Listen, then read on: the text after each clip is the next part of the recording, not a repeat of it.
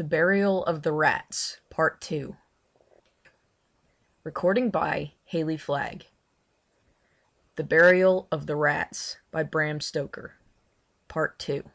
As nonchalantly as I could, I turned slightly on my stool so as to get my right leg well under me. Then, with a sudden jump, turning my head, and guarding it with my hands, and with the fighting instinct of the knights of old, I breathed my lady's name and hurled myself against the back wall of the hut. Watchful as they were, the suddenness of my movement surprised both Pierre and the old woman. As I crashed through the rotten timbers, I saw the old woman rise with a leap like a tiger, and heard her low gasp of baffled rage. My feet lit on something that moved, and as I jumped away I knew that I had stepped on the back of one of the row of men lying on their faces outside the hut. I was torn with nails and splinters, but otherwise unhurt. Breathless, I rushed up the mound in front of me, hearing as I went the dull crash of the shanty as it collapsed into a mass. It was a nightmare climb. The mound, though but low, was awfully steep, and with each step I took, the mass of dust and cinders tore down with me, and gave way under my feet. The dust rose and choked me. It was sickening, fetid, awful, but my climb was, I felt, for life or death, and I struggled on. The seconds seemed hours, but the few moments I had in starting, combined with my youth and strength, gave me a great advantage, and though several forms struggled after me in deadly silence which was more dreadful than any sound, I easily reached the top. Since then I've climbed the cone of Vesuvius, and as I struggled up that dreary steep amid the sulphurous fumes, the memory of that awful night at Montrouge came back to me so vividly that I almost grew faint. The mound was one of the tallest in the region of dust, and as I struggled to the top, panting for breath, with my heart beating like a sledgehammer, I saw away to my left the dull red gleam of the sky, and nearer still the flashing of lights. Thank God I knew where I was now, and where lay the road to Paris. For 2 or 3 seconds I paused and looked back. My pursuers were still well behind me, but struggling up resolutely, and in deadly silence. Beyond the shanty was a wreck, a mass of timber and moving forms. I could see it well, for flames were already bursting out. The rags and straw had evidently caught fire from the lantern. Still silence there, not a sound. Those old wretches could die game anyhow. I had no time for more than a passing glance, for as I cast an eye round the mound preparatory to making my descent, I saw several dark forms rushing round on either side to cut me off on my way. It was now a race for life.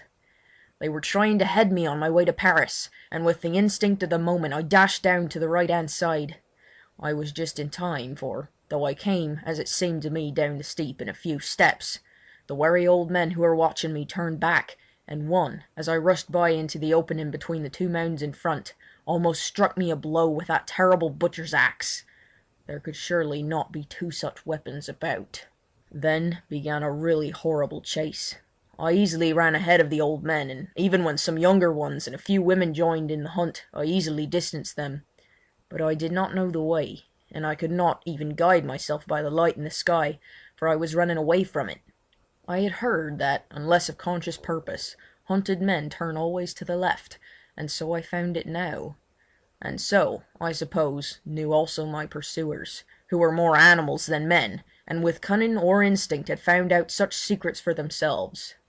For on finishing a quick spurt, after which I intended to take a moment's breathing space, I suddenly saw ahead of me 2 or 3 forms swiftly passing behind a mound to the right. I was in the spider's web now indeed, but with the thought of this new danger came the resource of the hunted, and so I darted down the next turning to the right. I continued in this direction for some 100 yards, and then, taking a turn to the left again, felt certain that I had, at any rate, avoided the danger of being surrounded. But not of pursuit, for on came the rabble after me, steady, dogged, relentless, and still in grim silence.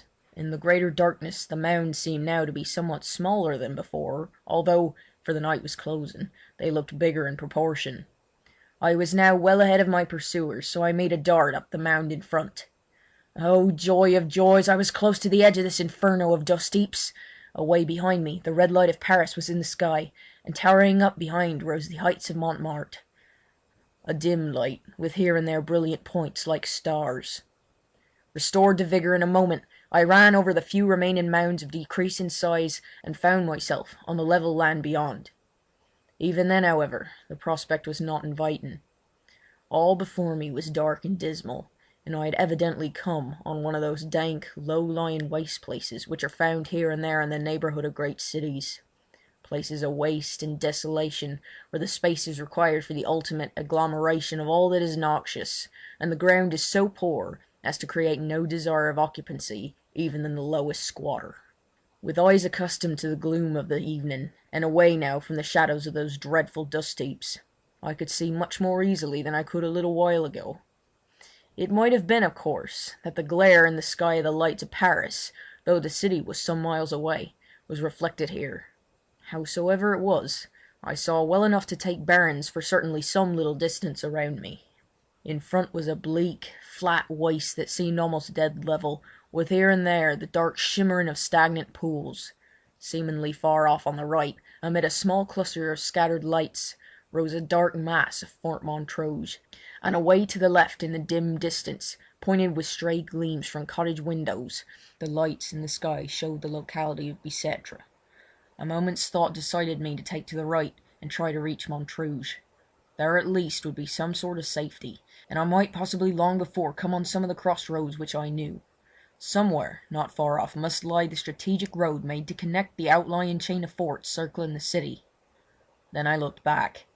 Coming over the mounds, and outlined black against the glare of the Parisian horizon, I saw several moving figures, and still away to the right, several more deploying out between me and my destination. They evidently meant to cut me off in this direction, so my choice became constricted. It lay now between going straight ahead or turning to the left. Stooping down to the ground so as to get the advantage of the horizon as a line of sight, I looked carefully in that direction, but could detect no sign of my enemies. I argued that as I had not guarded or were not trying to guard that point, there was evidently danger to me there already. So I made up my mind to go straight on before me.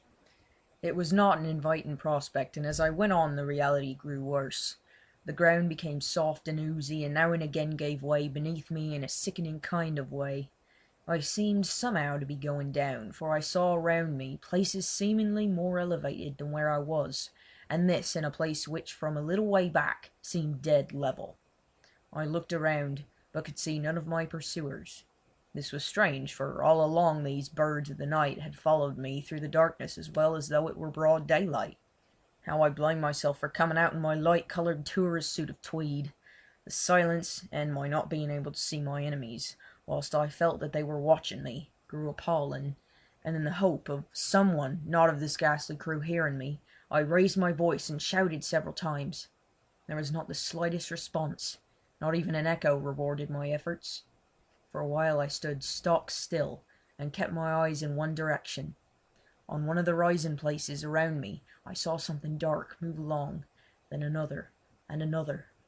This was to my left, and seemingly moving to head me off. I thought that again I might, with my skill as a runner, elude my enemies at this game, and so with all my speed darted forward. Splash! My feet had given way in a mass of slimy rubbish, and I had fallen headlong into a reeking, stagnant pool. The water and the mud in which my arms sank up to the elbows was filthy and nauseous beyond description, and in the suddenness of my fall I had actually swallowed some of the filthy stuff, which nearly choked me and made me gasp for breath. Never shall I forget the moments during which I stood trying to recover myself, almost fainting from the fetid odour of that filthy pool, whose white mist rose ghost-like around. Worst of all, with the acute despair of the hunted animal, when he sees the pursuing pack closing on him, I saw before my eyes, whilst I stood helpless, the dark forms of my pursuers moving swiftly to surround me. It's curious how our minds work on odd matters, even when the energies of thought are seemingly concentrated on some terrible and pressing need.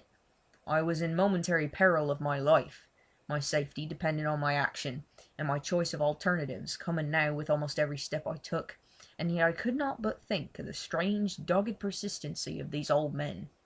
Their silent resolution, their steadfast, grim persistency, even in such a cause, commanded, as well as fear, even a measure of respect. What must they have been in the vigour of their youth? I could understand now that whirlwind rush on the bridge of Arcola, that scornful exclamation of the old guard at Waterloo. Unconscious cerebration had its own pleasures even at such moments, but fortunately it does not in any way clash with the thought from which action springs. I realized at a glance that so far I was defeated in my object. My enemies as yet had won. They had succeeded in surrounding me on 3 sides, and were bent on driving me off to the left hand, where there was already some danger for me, for they had left no guard. I accepted the alternative. It was a case of Hobson's choice and run. I had to keep the lower ground, for my pursuers were on the higher places. However, though the ooze and broken ground impeded me, my youth and training made me able to hold my ground, and by keeping a diagonal line, I not only kept them from gaining on me, but even began to distance them. This gave me new heart and strength, and by this time habitual training was beginning to tell and my second wind had come. Before me the ground rose slightly. I rushed up the slope and found before me a waste of watery slime with a low dyke or bank looking black and grim beyond.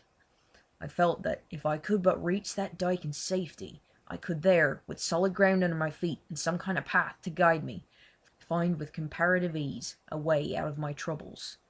After a glance right and left, and seeing no one near, I kept my eyes for a few minutes to their rightful work of aiding my feet whilst I crossed the swamp.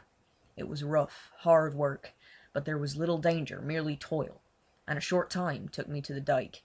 I rushed up the slope, exulting, but here again I met a new shock.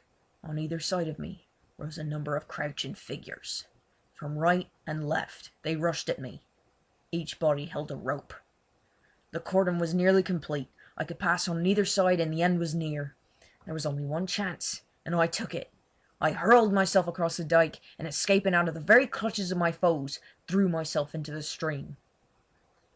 At any other time I should have thought that water foul and filthy, but now it was as welcome as the most crystal clear stream to the parched traveller.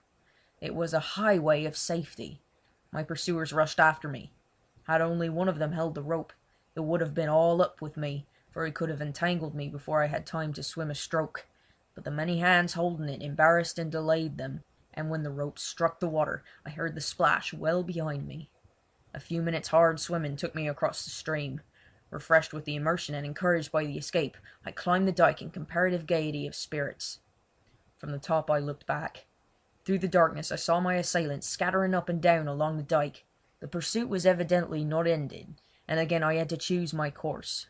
Beyond the dyke where I stood was a wild, swampy space, very similar to that which I had crossed. I determined to shun such a place, and thought for a moment whether I would take up or down the dyke. I thought I heard a sound, the muffled sound of oars, so I listened, and then shouted. No response, but the sound ceased. My enemies had evidently got a boat of some kind. As they were on the upside of me, I took the down path and began to run. As I passed to the left of where I had entered the water I heard several splashes, soft and stealthy, like the sound a rat makes as he plunges into the stream, but vastly greater.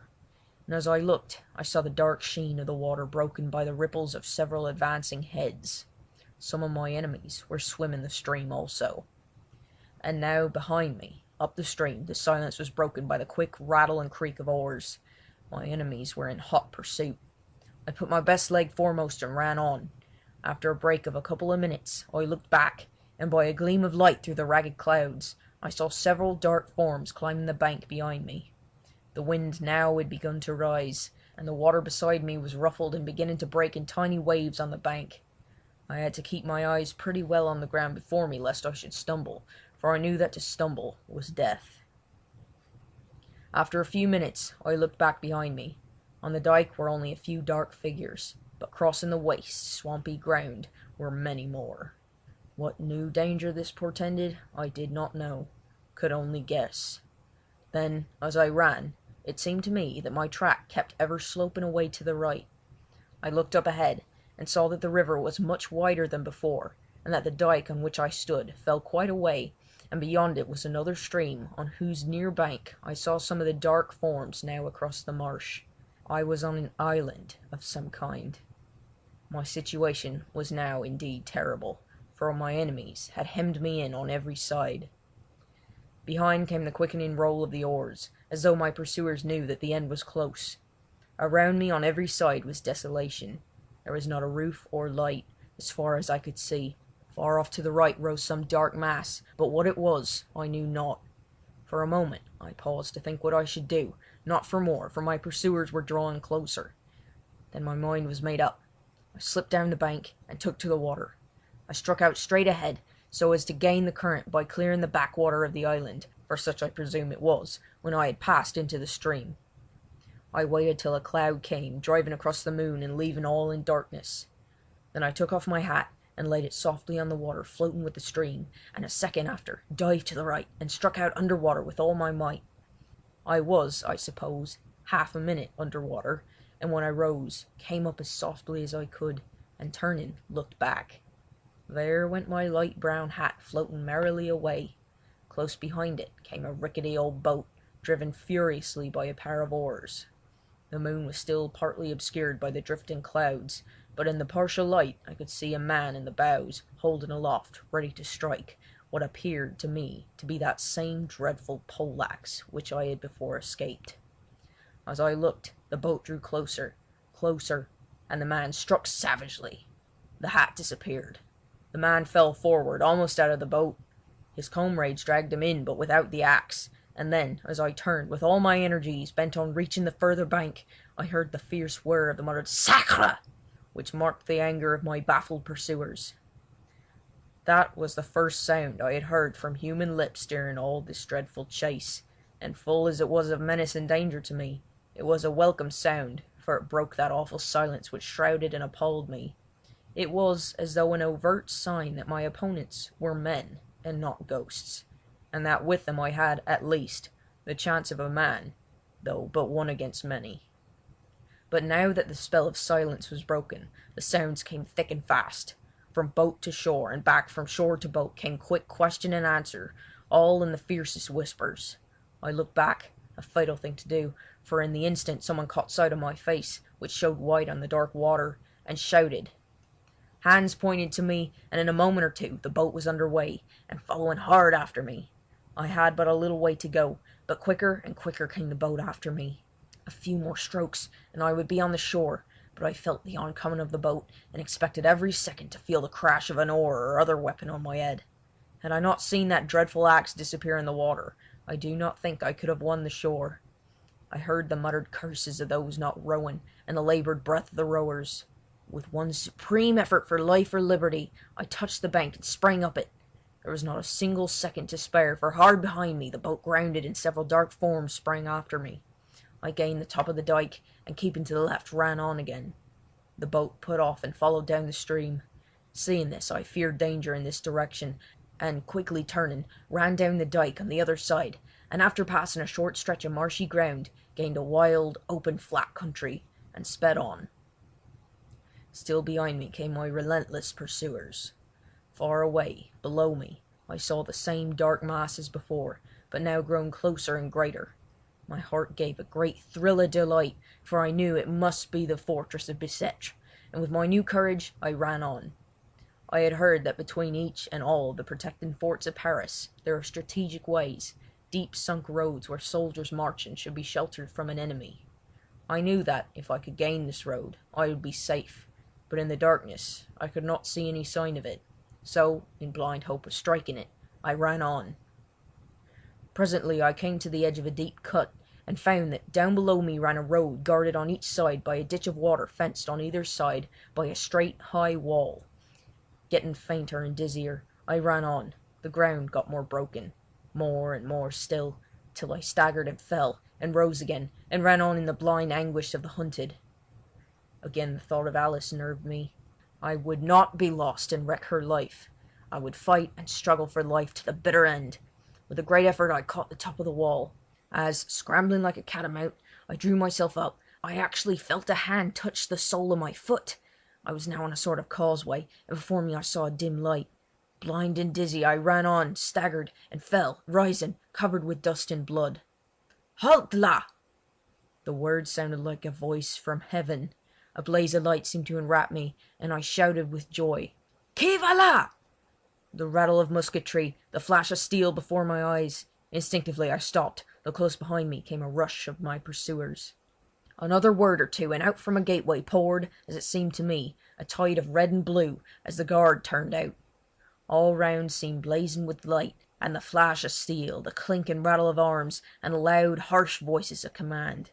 As I fell forward, utterly exhausted, a soldier caught me. I looked back in dreadful expectation, and saw the mass of dark forms disappearing into the night. Then I must have fainted. When I recovered my senses, I was in the guard-room. They gave me brandy, and after a while I was able to tell them something of what had passed. Then a commissary of police appeared, apparently out of the empty air, as is the way of the Parisian police officer. He listened attentively, and then had a moment's consultation with the officer in command. Apparently they were agreed, for they asked me if I were ready now to come with them. "Where to?" I asked, rising to go. "Back to the dust heaps. We shall perhaps catch them yet." "I shall try," said I.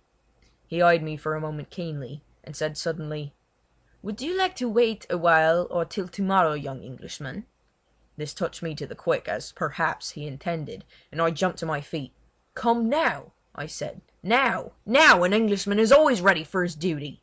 The commissary was a good fellow, as well as a shrewd one. He slapped my shoulder kindly. "Brave garçon," he said. "Forgive me, but I knew what would do you most good. The guard is ready. Come." And so, passing right through the guard-room, and through a long vaulted passage, we were out into the night. A few of the men in front had powerful lanterns. Through courtyards and down a sloping way we passed out through a low archway to a sunken road, the same that I had seen in my flight. The order was given to get at the double, and with a quick springing stride, half run, half walk, the soldiers went swiftly along. I felt my strength renewed again. Such is the difference between hunter and hunted. A very short distance took us to a low-lying pontoon bridge across the stream, and evidently very little higher up than I had struck it. Some effort had evidently been made to damage it, for the ropes had all been cut, and one of the chains had been broken. I heard an officer say to the commissary, "We are just in time. A few more minutes, and they would have destroyed the bridge. Forward, quicker still!" And on we went. Again we reached a pontoon on the winding stream. As we came up, we heard the hollow boom of the metal drums as the effort to destroy the bridge was again renewed. A word of command was given, and several men raised their rifles. "Fire!" A volley rang out, there was a muffled cry, and the dark forms dispersed. But the evil was done, and we saw the far end of the pontoon swing into the stream. This was a serious delay, and it was nearly an hour before we had renewed ropes and restored the bridge sufficiently to allow us to cross. We renewed the chase. Quicker we went towards the dust heaps. After a time we came to a place that I knew. There were the remains of a fire. A few smouldering wood ashes still cast a red glow, but the bulk of the ashes were cold. I knew the side of the hut and the hill behind it up which I had rushed, and in the flickering glow the eyes of the rats still shone with a sort of phosphorescence. The commissary spoke a word to the officer, and he cried, "Halt!" The officers were ordered to spread around and watch, and then we commenced to examine the ruins. The commissary himself began to lift away the charred boards and rubbish. These the soldiers took and piled together. Presently he started back, then bent down and rising, beckoned me. "See!" he said. It was a gruesome sight. There lay a skeleton, face downwards, a woman by the loins, an old woman by the coarse fibre of the bone. Between the ribs rose a long spike-like dagger made from a butcher's sharpening knife, its keen point buried in the spine. "You will observe," said the commissary to the officer and to me as he took out his notebook, "that the woman must have fallen on her dagger. The rats are many here. See their eyes glistening among that heap of bones. You will also notice," I shuddered as he placed his hand on the skeleton, "that but little time was lost by them, for the bones are scarcely cold." There was no other sign of anyone near, living or dead, and so, deploying again into line, the soldiers passed on. Presently we came to the hut made of the old wardrobe. We approached. In 5 of the 6 compartments was an old man sleeping so soundly that even the glare of the lanterns did not wake them. Old and grim and grizzled they looked, with their gaunt, wrinkled, bronzed faces and their white moustaches. The officer called out harshly and loudly a word of command, and in an instant each one of them was on his feet before us and standing at attention. "What do you do here?" "We sleep," was the answer. "Where are the other chiffoniers?" asked the commissary. "Gone to work." "And you?" "We are on guard." "Peste!" laughed the officer grimly, as he looked at the old men one after the other in the face and added with cool, deliberate cruelty, "Asleep on duty. Is this the manner of the old guard? No wonder then at Waterloo." By the gleam of the lantern I saw the grim old faces grow deadly pale, and almost shuddered at the look in the eyes of the old men as the laugh of the soldiers echoed the grim pleasantry of the officer. I felt in that moment that I was, in some measure, avenged. For a moment they looked as if they would throw themselves on the taunter, but years of their life had schooled them and they remained still. "You are but 5," said the commissary. "Where is the 6th?" The answer came with a grim chuckle.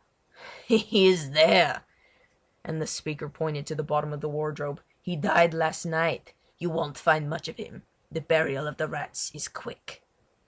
The commissary stooped and looked in. Then he turned to the officer and said calmly, "We may as well go back. No trace here now. Nothing to prove that man was the one wounded by your soldiers' bullets. Probably they murdered him to cover up the trace. See!" Again he stooped and placed his hands on the skeleton. "The rats work quickly and there are many. These bones are warm." I shuddered, and so did many more of those around me. "Form!" said the officer, and so in marching order, with the lantern swinging in front and the manacled veterans in the midst, with steady tramp we took ourselves out of the dust heaps and turned backward to the fortress of Bicêtre. My year of probation has long since ended, and Alice is my wife. But when I look back upon that trying 12-month, one of the most vivid incidents that memory recalls is that associated with my visit to the City of Dust. End of The Burial of the Rats, Part 2. Recording by Haley Flagg of Texas.